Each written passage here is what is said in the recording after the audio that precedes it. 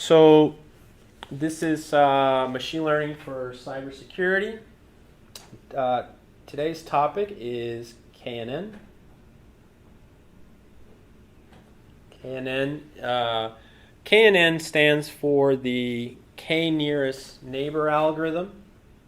So K nearest neighbor algorithm. So KNN basically. So KNN because it's nearest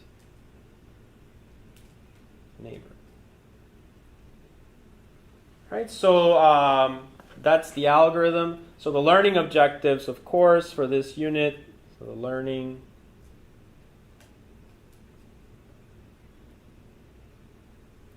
objectives, they're basically that, this is we're going to learn about the student will learn about KNN, right? So the student will learn about KNN. The student will learn that KNN is a traditional. So KNN is a traditional machine learning algorithm. Traditional machine learning algorithm. It is simple to implement. So we will learn it's a simple algorithm. And so we will learn about the mechanics of this algorithm. Okay, so those are some of the learning objectives. So KNN, as I said, it's very important. This is not necessarily an optimal algorithm for big data. It's not optimal for big data.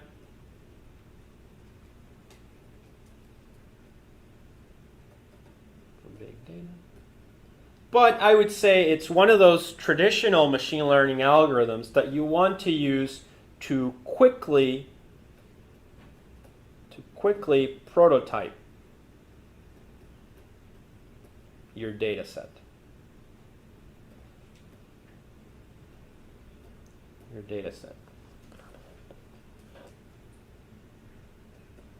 So, basically, just to remind, the students, we're dividing machine learning algorithms here into kind of two categories, if you will. One is what I'm calling the traditional machine learning algorithms, and then we have like the big data algorithms, or the more advanced ones. So, kind of as a reminder, so the big data algorithms are, neural networks.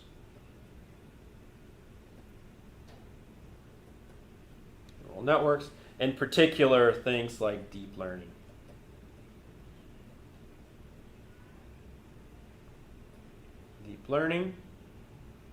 Whereas the traditional algorithms are really, the algorithms like KNN, naive Bayes, and decision trees, for instance. So in another video, in another lecture, we've already discussed algorithms like naive Bayes. In this lecture, we will discuss KNN. Why do I say basically that there are these two categories? And if big data seems to be all the, very important today, all the rage, then why use these traditional algorithms? Well, it turns out, I think, that sometimes some data sets may actually not require deep learning. So that's one reason. Additionally, there's another thing that, implementing an algorithm like deep learning, getting everything to work there, it takes a little bit of time. Whereas we have some tools like the Weka tool that allows us to really quickly, allows us to really quickly get a feel for our data set. Just see what the results would be, get some kind of a baseline going on, how difficult it is to classify this problem, how difficult it is to train, how much memory does it consume, etc. And so usually what I like to do is, before I even look at any deep learning approach, I just like to create my data set, put it in this vector space model format, and run it through the Weka algorithm. And that way I can really quickly get some results. I'll usually run these 3 algorithms that you see here, and that gives me like a snapshot of the data set. Now, usually, whereas with big data, we're talking about gigabytes or more, a million rows. So I'm talking about a matrix for my data set that's 1 million rows and maybe 10,000 columns or something like that. When I'm doing these traditional algorithms with an 8 gigs of RAM, with a computer, a laptop, just a prototype really quickly, in that case, I'm looking at a matrix of possibly 100,000 rows by no more than 10,000 columns. Right? So usually that's the maximum size matrix that can be supported by these traditional algorithms, at least based on my experience with an 8 gig of RAM memory. All right, so I think gigabytes is with an I. All right, so basically, so as I said, so you have this categorization that I've created between big data and traditional algorithms. So big data algorithms and traditional algorithms, and it's usually dependent really on the size of the matrix. But if I have a data set that's this small, I don't necessarily have to really quickly go to deep learning. I'm first just going to run it with the traditional algorithms and get a feel for them. Also, another thing you can do is, if you have a really large matrix that's 1 million rows by 10,000 columns, is you can really just take out a subset of it, right? So you can do a random sampling of the records and extract a much smaller matrix of 100,000 and 10 million and run that through the traditional algorithms and get a feel for your data set before you decide to go with a bigger matrix and deal with all the additional problems associated with it. All right, so basically, now that we know the why of why we're using the traditional algorithms, let's now focus on the how, right? So the topic of this lecture today will be to talk about KNN, which, as I stated, KNN stands for K nearest neighbor. So the K here represents a variable, usually something like 5. It's an uneven number. All right? So an uneven number. In Weka, this is called IBK, I believe. IBK, or some people call it IB5, IB1. And that's just to indicate how many, what the value of the K is. Right? And that will become more apparent as we talk about the algorithm. KNN is actually, I would say, one of the more straightforward algorithms. It's certainly one of the easiest, I think, to implement. So that's what I'm going to discuss today. So essential to KNN is the vector space model. So the vector space model basically is something like that. So the vector space model. All right, so this is truly a geometrical representation. So this is a geometrical representation of our data. All right, so let's spend a little bit more time talking about the vector space model. But basically here what we have is, the basic Cartesian plane X, Y, Z. So this is a 3-dimensional plane, and then on it this is the origin. So the origin, and then we can plot, points in here. Now, as it turns out, all these points really are is they are samples, right? They are samples in your data set.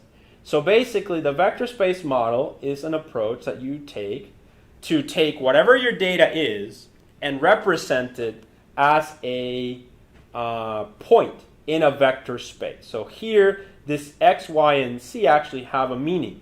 They turn out to be the features. So really, this is F1, this is F2, this is F3. So those are the features that are going to represent our samples. So let's take a look at a very simple example of how KNN could work. All right, so let's imagine that we have some kind of a intrusion detection system. So we have an IDS, right? So an intrusion detection system. All right, and we're going to take a very simplified view of this intrusion detection system. We're just going to say that it detects, so it's going to analyze packets.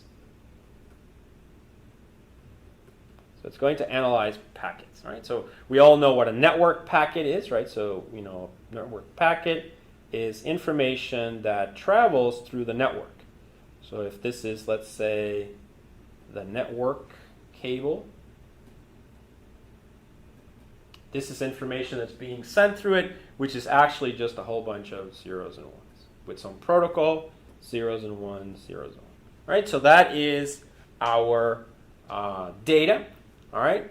Now let's imagine that usually in the network people use it all the time, for various reasons. Right? So there's good reasons and bad reasons. So one reason is you send your email. So your email is converted to packets and it's sent. Or it is, web traffic, right? So you go to the web, go to your Blackboard to download your homework, or, YouTube videos, right? So you download some multimedia. All of that information, maybe this is encrypted too, so it's, cryptography is involved here, right? But basically, all that information is being sent through the network through a network packet. Now, additionally though, you can also send bad things through the network. So for instance, a denial of service attack or a DDoS attack. So DDoS attack, right? You could also be sending malware,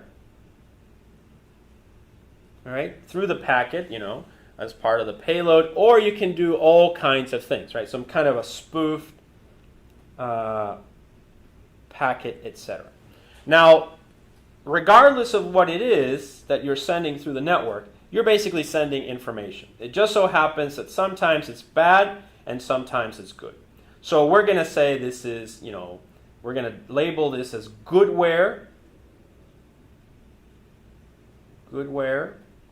and badware, right? Or we could say this is, normal traffic versus bad traffic. So then now we have the objective of building an intrusion detection system where its inputs are going to be network packets, and we know this is going to be also a supervised learning approach where we, I remind you, supervised is when we have annotated data. So the classifier then will be basically like this. So we have some packet, right? So we have some packet. It goes into some kind of a model, which in this case, the model, will be KNN, because that is the algorithm that we are trying to use. And then, the model will basically say, it's going to have a decision point here, and it's going to say, because this is an IDS that we're trying to build, an intrusion detection system, we're going to say this is normal traffic,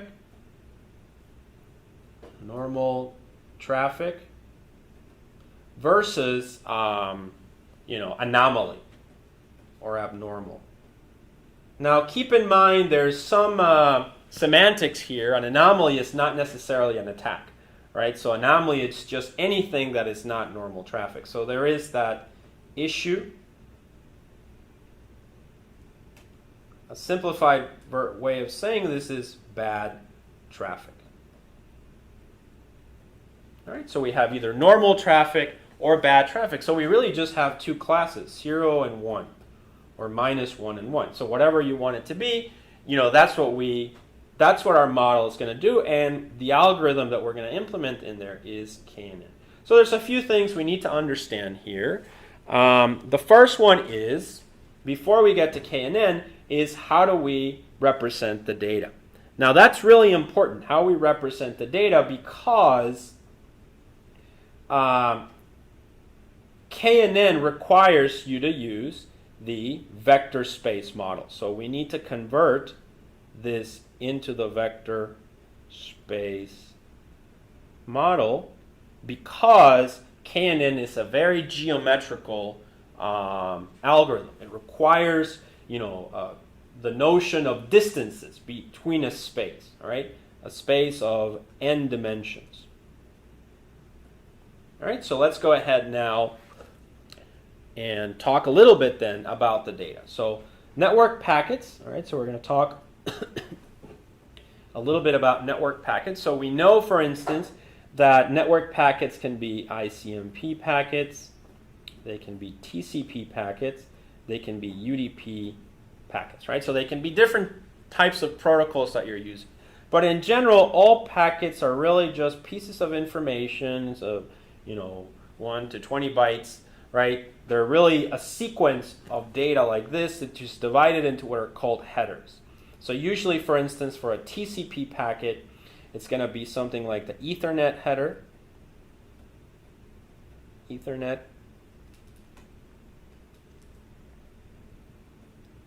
then you're going to have the IP header, right? Then you're going to have the TCP header, and then you're going to have, let's say, the payload, which is the information you're carrying. All right, so we're just going to focus. This would apply to all the other ones. ICMP headers are just Ethernet, IP, and ICMP, and then UDP are kind of the same. But we're just going to focus on one. So let's say that our algorithm actually will only look at, for now, TCP packets. And let's simplify it a little bit. All right, so now we're only looking at TCP. So so the question is, okay, we have all these packets. We are only going to extract TCP packets. And then how do we make these packets, how do we create them in a format that KNN can then use? How do we build this algorithm? All right, so in this case, we need to know a little bit more about Ethernet. So Ethernet is really, just think of it as, a structure, like a data structure. Right, so just think of it as a little, an array or a dictionary even of a few little variables. Right, so there's going to be some information here about Ethernet, some information. And we're really just going to disregard that information. Right, so we're going to basically just going to say, you know what, I'm going to ignore the Ethernet information. Every packet has it, but I'm not even going to look at it. And instead, I'm just going to look at the information contained. I could look at the information in the payload. But let's say, for the sake of argument, that this attack or whatever is happening has a lot of encrypted information. So even though we might have payload information, it's encrypted. So by definition, something that is encrypted is random, and machine learning algorithms are about finding patterns in the data. So in theory, if something is random, there shouldn't be any patterns. So given that argument, you know what? We're not going to worry about payload. Now, we need to define what a sample is in this data set. So to keep things simple, even though, let's say in a second, you can have thousands of packets go through. In a minute, you can have millions of packets go through, depending on the throughput of the network. So we're going to simplify things by simply saying that every sample in our data set will be just one packet. All right, so just one packet will represent. So now we start to build what our data set will look like. Right, so we know, okay, we have a data set here. We're going to have features, and we're going to have classes of the data set. We're building. So remember, this is X, this is Y. So the features will consist of the classes. So it's a two-class problem. We define that here, 0 and 1. All right, so we're going to say that we have two examples of normal and 2 examples of, we called it bad traffic, right? And then some other example and so on, dot, dot, dot. So that's pretty straightforward, right? So for every packet, you know, we used something like Wireshark, right? Wireshark is used, or libpcap or something like that. So that library allows us to capture the packets in the network, right? So we're going to assume that we save them in a pcap file. So Wireshark uses what is called a pcap file. And then we're going to use some code, something called tshark, a library in Python, that allows us to very easily extract the information from the pcap files. Right? So don't worry so much about this. There will be another video, another lesson, where we will do an example of how to extract with tshark and Python features that we can use. All right? But anyway, let's make this assumption that that's the data that we're using. All right, so now the question is, how do we we've defined already that every sample is a packet. So that's, you know, packet 1, packet 2, and so on, right? Each one of those is a sample. Remember that basically when we say that something is a sample, we're saying that that's a row. So this row here is a packet that had a structure of Ethernet, IP, TCP, and payload. We're going to disregard Ethernet and payload, and so we just need to figure out what the features will be, F1, F2, F3, dot, dot, dot, Fn, that represent that packet. Now, the class associated with it here is 0, which basically, based on our model, it means that it's normal traffic. So we can assume somebody sent an email or they were surfing the net or something like that, and this is a packet associated with that transmission. So how do we obtain that class? Well, that comes from the annotated data. Right? So the administrator keeps logs of when people were just doing their regular work, and so any one of those packets in that in those logs are basically normal traffic. So far, no attacks. Now, if they have a system administrator or a security, cybersecurity person, may also have, you know, like some kind of an analytics tool, right? And whenever they had an attack, they did some forensics, they isolated the attack, and then all of those packets that are stored there are packets associated with malware or with an attack. So that would be the sample of data that we would use here. Right? So we extract from that. Let's assume the forensics team extracted all those packets associated with the attack, and now they are, of course, isolated. That means they are basically classified by an expert as bad traffic, you know, and so we group them. We basically assign the class 1 here. Right? So hopefully that's clear. This is how, you know, that's packet, you know, let's say 7. So now the trick is, though, remember that whenever you're converting data into the vector space model, you need to always kind of do it like this, where every sample, in this case every packet, needs to have a value for a specific column. So that is to say, every column needs to be present there, right? So packet 1 needs to have an F1, an F2, and F3 all the way to Fn, just the same as P7, the attack packet, also needs to have a value for F1, F2, F3, and Fn.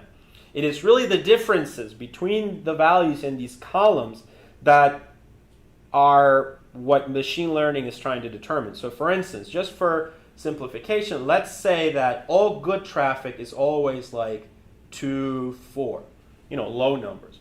Whereas attack traffic is always something else, like really high numbers, like 17,000, and then over here 14,000, and then we have this third one, and this is 7.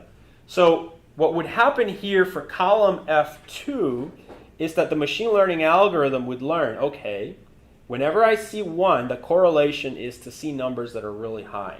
Whenever I see 0, the correlation is to see numbers that are really low, 2, 4, 7. So that's kind of what we want. And that's why it's important that we always, select features that appear in all the samples. Right? So that's really the objective. We want to select features that appear in all the samples and that allow us to have a pattern. So for instance, another example, if F1, when we have F1, it just turns out that the value for F1 is always 3. Do you see that? So in that case, this is not a useful feature because we can't really learn anything about this. All right? So one example of this related to packet traffic, let's say, we said that all these packets are TCP. TCP is a parameter in the IP header called protocol, I think. Protocol, let's say it's protocol. And I believe it's number 6. All right, so if that's the case, if all of these, that means this is TCP, all right, number 6. So if you selected that one of your features is always going to be the protocol value in the IP header, and that's going to be your F1, then the value for all these packets will always be 6. And you see that that is not a very useful feature. So you can still select it, but it's going to turn out that that doesn't contribute that much. Now another one, once we look at let's kind of forget this one here. And now let's assume that F2 and F3 are going to be, you're the feature engineer, so you decide, you know what, I want the source port and the destination port. Source port and the destination port. I want these two to be features F2 and F3. So now, okay, the source port is always going to be usually like, let's say, it's from 1 to 65,000. The destination port is also from 1 to 65,000. But destination ports are usually determined, right? So they're determined. So for instance, let's say that F3 is destination port, so this is going to be 80, 80, 22, 22, 80. So based on this information here, based on this very simple data set, what do we know? We know that F1 is basically not very useful. The protocol, they're all TCP packets. But here, we actually just, given this information, we learned something very valuable. What did we learn? We learned that attacks are associated with the destination port 22, whereas good traffic is correlated to the port 80. So what does that tell you? It tells you that attacks are associated with SSH because 22 is for SSH. So whenever SSH is involved in your packet, watch out. Something is going on. Whereas if people are just using port 80, they're surfing the web, nothing bad can happen. All right, so that's kind of our analysis just based on this. But if we give a machine learning algorithm information like this, that's what it would learn basically. Whenever I see 22, attack. Whenever I see 80, I'm going to let it go. There's nothing going on there. Anyway, so once we've done this, let's imagine we're just going to do the same with destination port. Here I'm going to do it a little bit more randomly, and I'm just going to say, 2,000, 500, 4,000, 6,000, 17,000. All right, so those are the values that are associated with these samples. Now I don't intentionally put in a pattern there, so I don't know what the machine learning algorithm will learn. And basically we would do the same with all the other features. Usually when you look at network data that only looks at information from the IP and TCP packet, you end up with somewhere between 20 and 30 standard features. So let's imagine that that's what we're going to have. We have about, F to 20, let's say, features. All right, so that's how we represented our feature vector. So every sample needs to have a value for all those 20. All right, and we can extract that from the packet. So hopefully that's clear. So once we have this data set in this format, we are ready to apply it to our model. So basically what we did is we extracted the packet. We used the vector space model here to represent it, and it now looks like this. Once we have this, we can basically plug it into the KNN algorithm. Right? So let's kind of summarize it then. We have a data set. Right? We have a data set that has 0, 0, 1, 1, 0. And then here we have the 6. Right? And then we have, I'm just going to write this down. This is the protocol. And then this is the source port. This is the destination port. All right? So to simplify things, the rest I'm just going to do ... I want to now emphasize how this can be visualized in the vector space model. So let me copy this information. So it's 80, 80, 22, 22, 80. And then here I had 2,500, 500, 4,000, 6,000, and 17,000. Okay? So this is my X, this is my Y, and then let's say maybe I have 17 other features, right? So I have a total of 20, and I have other values. However, we know that we can't visualize, whenever we visualize something, right? If it has one dimension, it's a line, so it's a value from here, from there to there, right? So that's in one dimension. In 2 dimensions, basically it's a Cartesian plane like this of x and y, right? So we're used to that. However, remember, here the x and y can be rewritten as f1 and f2. Okay, f1 and f2, and then we have a value for f1, we have a value for f2. So for instance, if we only had column, protocol, and source, that would be a 2-dimensional data set. We would have, maybe this is the protocol, and then this is the source. Right? We also have 3 dimensions. Now we can visualize things when they are in 1 dimension, 2 dimension, and 3 dimensions. Unfortunately, anything above 3 dimensions, so let's call it n-dimensional, hypercubes or whatever, we cannot visualize this. So we have no way of viewing it, right? Unfortunately. So, however, the math still holds. So what I mean by that is, even though we can't really picture it, if we want to do any computations in this vector space, like calculating the distance between that point and that point, well, obviously we can do that, right? We can do that with math in a 2-dimensional space. It turns out we can do that in 3 dimensions as well, as we know. We learned this in school, right, in geometry. But what's very important is that even if something is n-dimensional, the math still holds. So we can still count, because even though this might have 4 dimensions or 5 dimensions, still what's represented in that 5-dimensional space is a point. And so these points still hold geometrical shapes and distances between each other. All right? So anyway, so that's what the vector space model is a framework that allows us to take the samples and plot them in this space. Now, in our case, I'm going to take this data set and I'm going to plot it as in a 3-dimensional space, basically. All right, and that should be pretty easy. So, for instance, let's say here.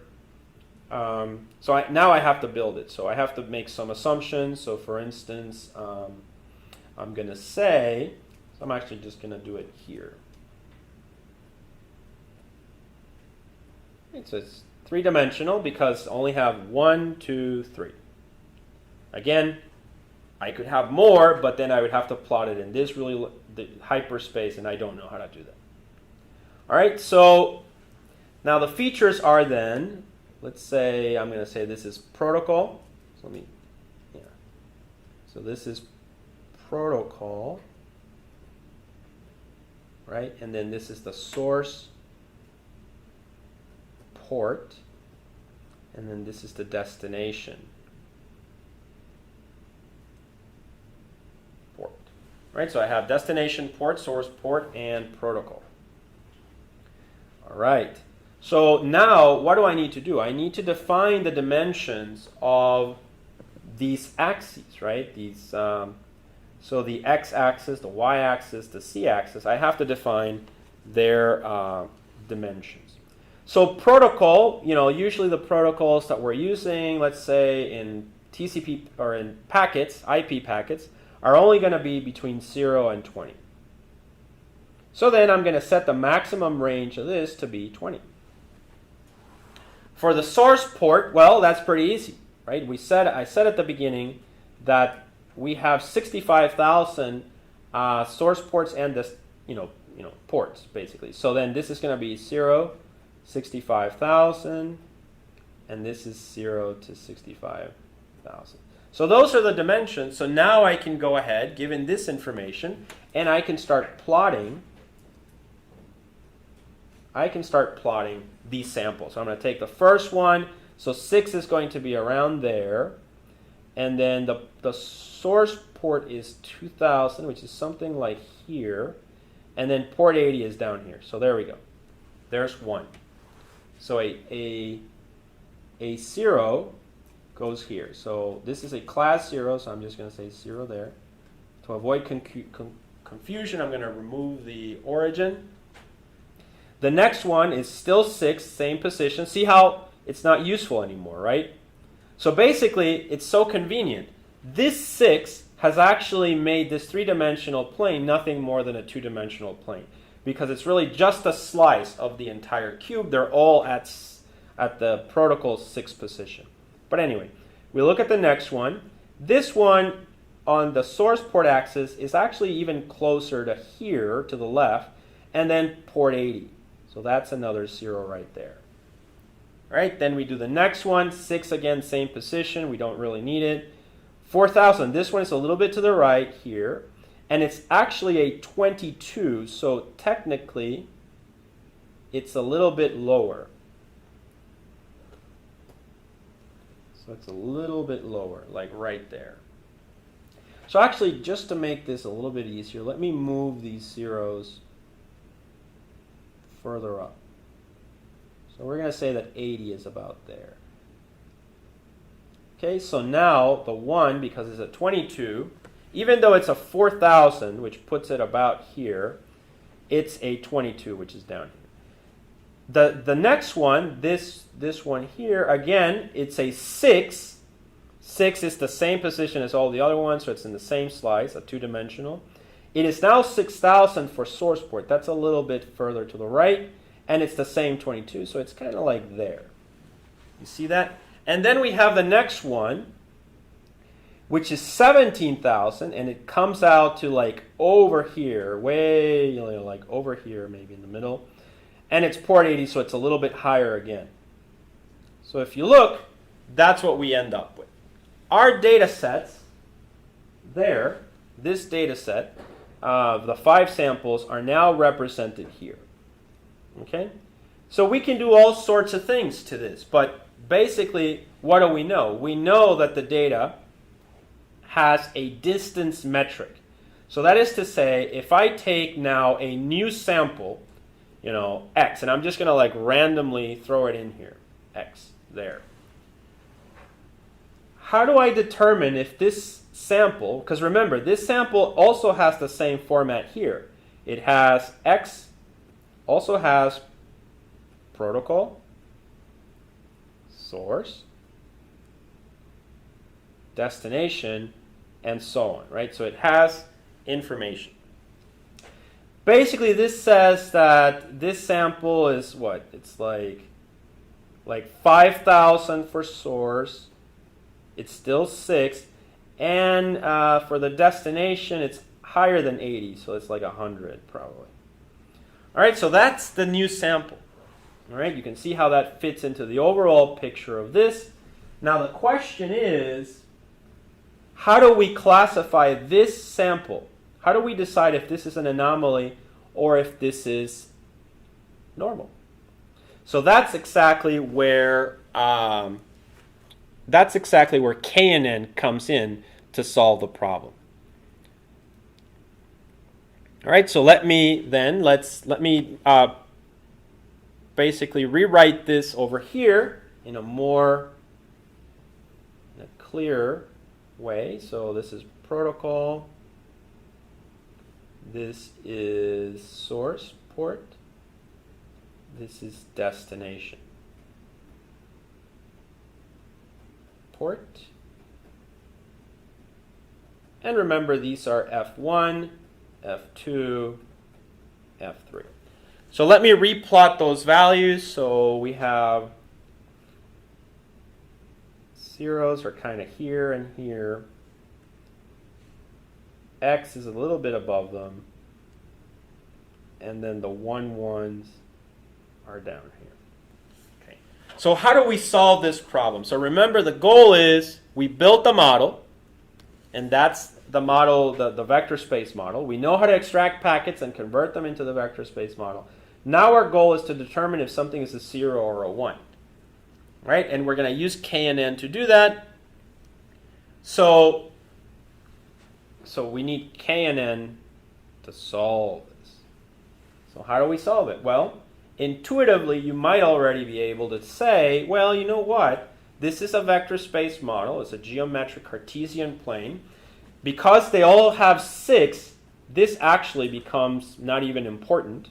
Although we're not going to necessarily, get rid of it. It can stay there. So we know that this sample is a 0, this sample is a 0, this sample is a 0. That means they're normal. And then we know that these samples are 1 and 1. So this is kind of a difficult problem because we just don't have enough data. Right? But the way KNN works is as follows. KNN will calculate a distance. So KNN calculates a distance. In this case, between X and all the other samples. So S1, S2, S3, S4, S5. Or, we could say packet 1, packet 2, packet 3, packet 4, packet 5. So that's the first step that KNN takes, right? Once that all the data is represented, it's going to calculate a distance. All right, so now we are going to calculate a distance between x0 and that and the 1 and the 1 and the 0. All right, so we're going to calculate distance metrics. So I don't know what these values are off the top of my head, but it's some value. So let's say that, this is, let's say 4, 4, 5, 4, 6. All right, so those are the distances, let's say, whatever those values are. So then I know that these two were the attacks, so that's going to, this is 4. So that's 4 and 5, and then this is 6, and these two are 4. All right, so now that I've calculated these distances, I also know the class that they belong to. So I know that this is goodware, goodware, badware, badware, goodware. All right, so what is the next step in the algorithm? Now that I've calculated the distances, and I'll talk in a second a little bit about how you calculate the distances. So there is that issue still. But once I've done this with the algorithm, the next step in the, so imagine that whether there's 7 samples or 1,000,000 samples, you have to take the distance between X and all the other samples. All right, so now that I have this, the next step is to sort them. So we are going to sort the samples in ascending order. So the smallest distances will go first. So here now, well, actually, this is already conveniently sorted, right? So you see 4, 4, 4, 5, and 6. So the longest distance is at the bottom. That was not intentional, but I guess it turned out that way. Now, if you remember, we had said that KNN was, K was the value, right? Now here we only have 5 samples, so we need to simplify things a little bit. So let's say that instead of 5 NN, we did 1 NN. So if we do 1 NN, What is the sample that is closest to x? Well, in this case, it would be the one that has the shortest distance according to the sorting method. So that's this one. So let me change back to the pointer.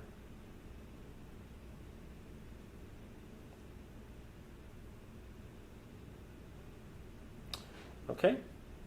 So in that case, if it's 1 NN, basically we've solved the problem already. The closest sample to x is P1, has a distance of 4. The associated class that P1 has is 0. Therefore, we conclude that x is 0. And that's it. We've solved the problem. Now, that's with 1 NN. Well, let me do it this way. Let's just say that's with KNN with value 1. Right? So the outcome is 0. What if we do KNN equal to 3? Remember, we're only going to use uneven numbers to avoid ties. So in this case, we look at these 3 numbers. Right? So the 3 closest ones are 0, 0, and a 1. Basically, all we do there is do the majority. So pick the majority as 0. So it turns out it's also 0. Now, if we did 5, basically that means that we're looking at the entire population or the entire set of samples that we have. In this case, we would look at all of these. So let me erase this. Now it would be, oops, what is that? Now it would be, as we have it here, 0, 0, 1, 1, 0. Again, we take the majority. So there's 3.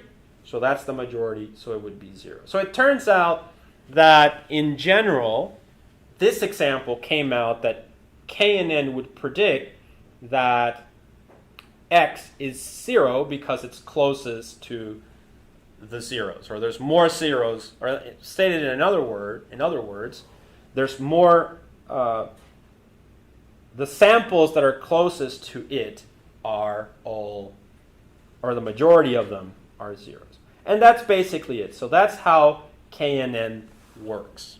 Okay, so to summarize it then, KNN, KNN will, if we look at the algorithm, converts the data to the vector space model, converts data to vector space model, right? Then we calculate the distance, calculate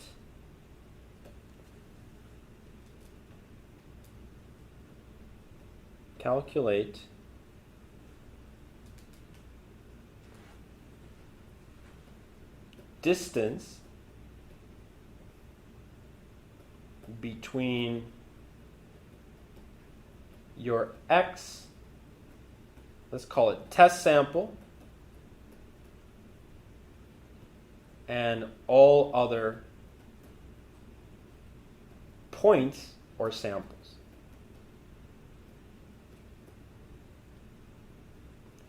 Step 3, once the samples have, the distances have been calculated, we sort distances in ascending order.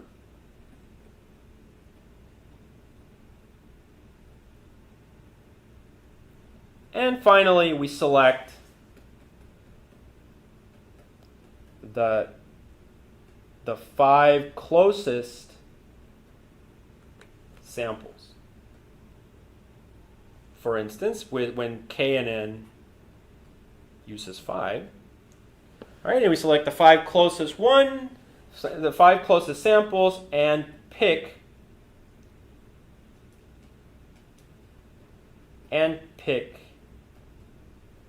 the majority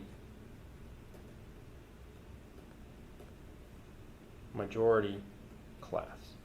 So in our case, we always picked 0, as we can see that here. All right, so that's basically the KNN algorithm. Hopefully that makes sense. In the next lesson, we will do our lab basically. We will implement, we will use KNN in Weka to analyze and classify our data. Okay.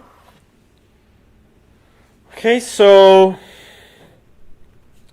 in summary now, so what did we learn in this lesson? We learned basically, that KNN is a traditional algorithm, machine learning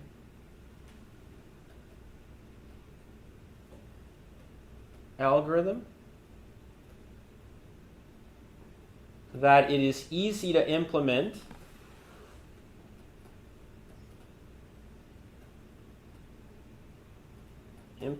that's easy to implement. All right. We learned about the vector space model.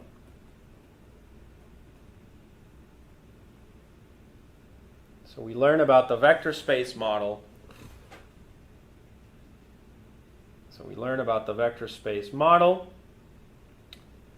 We learned how to represent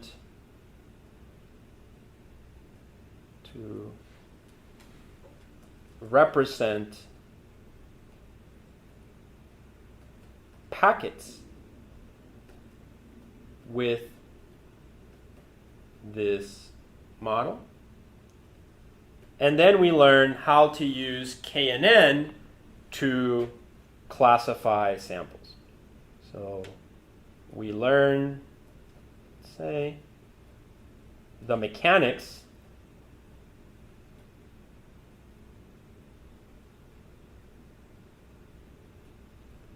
of the KNN algorithm. All right, and so that concludes our discussion of the KNN algorithm.